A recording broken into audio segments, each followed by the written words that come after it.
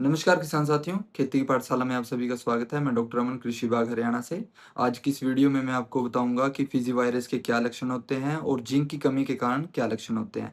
बहुत से किसान भाई जो अपने धान की फसल के अंदर जो पौधे बोने रह जाते हैं, तो उन्हें यह लगता है कि वो शायद फिजी वायरस आ गया है, लेकिन जरूरी नहीं होता कि वो फिजी वायरस के कारण ही होते हैं। उसमें जिंक की कमी भी होती है। किसान साथियों, धान की फसल के अंदर जो पौधा होता है धान का, अगर वो दूसरे पौधों की तुलना में छोटा, बौना या फिर झाड़ीनुमा दिखाई पड़ रहा है, तो बिना किसी पहचान के कोई भी खाद बीज का प्रयोग ना करें, क्योंकि यह जिंक की कमी के लक्षण भी होते हैं। साथ में अगर फिजी वायरस की माने तो फिजी वायरस के भी लक्षण इसी प्रकार से होते हैं। तो ऐसे आप बिना किसी पहचान के खाद बीज का प्रयोग करेंगे तो उससे पैसे की बर्बादी ही है। तो आज इस वीडियो के माध्यम से मैं आपको बताऊंगा कि फिजी वायरस में और जो जिंक की कमी के कारण जो लक्षण होते हैं उनमें क्या क्या डिफरेंट या क्या क्या अंतर होता है। पहले हम बात करते हैं फिजी वायरस की। जब भी किसान धान की फसल में देखता है, अगर उसे कोई भी पौधा बौना दिखाई देता है, तो वो तुरंत प्रभाव से यह सोच लेता है कि यह फिजी वायरस के कारण ही हुआ है। लेकिन अक्सर ऐसा नहीं होता दोस्तों। अगर धान की फसल के अंदर फिजी वायरस का अटैक होता है, तो उसका पहला लक्षण यह होता है कि जो धान का पौधा होता है वो छोटा व बौना दिखाई पड़ता है।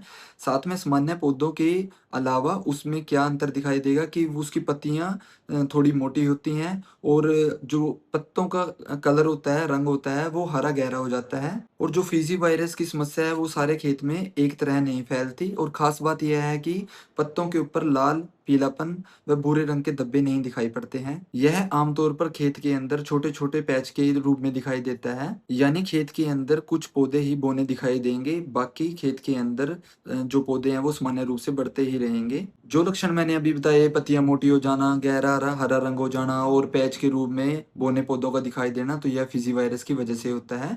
अब मैं बताता हूँ इसका समाधान, कैसे आप इसका समाधान करें। किसान साथियों, सबसे पहले हमने उस पौधे को जिस पे भी फिजी वायरस का अटैक हुआ है उससे खेत से बाहर निकालना है।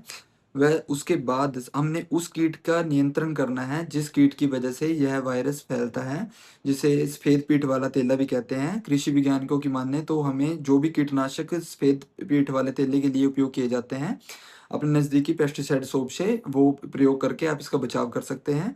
और पौधे को खेत से सावधानी से निकालना चाहिए ताकि वो आगे वायरस के रूप में ना फैले।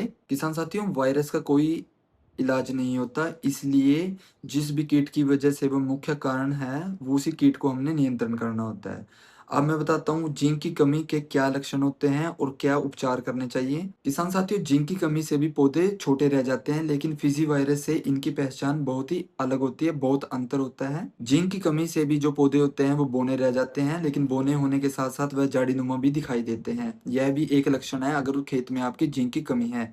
उसके साथ अगर जिंक की कमी अधिक है, तो फिर जो नई पत्तियां हैं वो पीली पड़ने लग जाती हैं, और जो पत्तियों के ऊपर आप देखोगे कि हल्के लाल या फिर तांबी रंगा या भूरे रंग के धब्बे पड़ने लग जाते हैं, जिससे आप इजीली उसके लक्षण पहचान पाओगे कि इसके अंदर आपकी जिंक की कमी है। इसके साथ साथ जो पौधे की बढ़वार होती है वो भी रुक जाती है।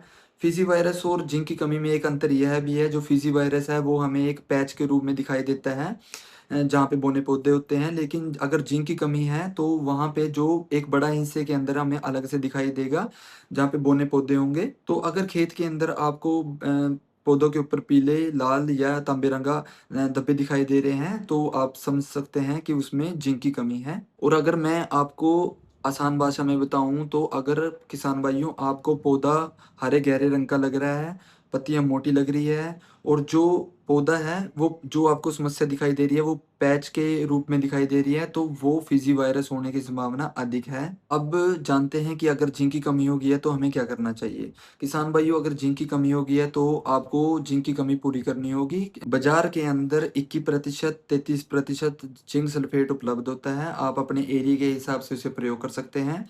इससे क्या होता है कि जो पौधे की पैदावार होती है और बढ़वार होती है वो भी सुधरती है, और साथ में जो आपको उपज मिलेगी उसके अंदर भी बढ़ोतरी होती है। उम्मीद है आप सभी को वीडियो अच्छी लगी होगी। मैं डॉक्टर अमन, कृषि विभाग से पिछले 6 साल से कार्यरत हूँ।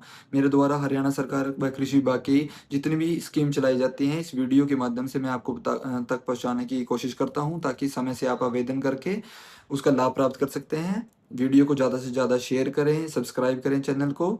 मेरा 10,000 किसान भाइयों का हमारा एक व्हाट्सएप ग्रुप बना हुआ है, अगर आप उससे जुड़ना चाहते हैं तो कमेंट करें। मैं आपके पास लिंक सेंड कर दूंगा, जिससे आप इजीली उससे जुड़ सकेंगे और मौसम विभाग, बागवानी विभाग, पशुपालन विभाग व कृषि विभाग की हर जानकारी आपको समय से मिल पाएगी। धन्यवाद।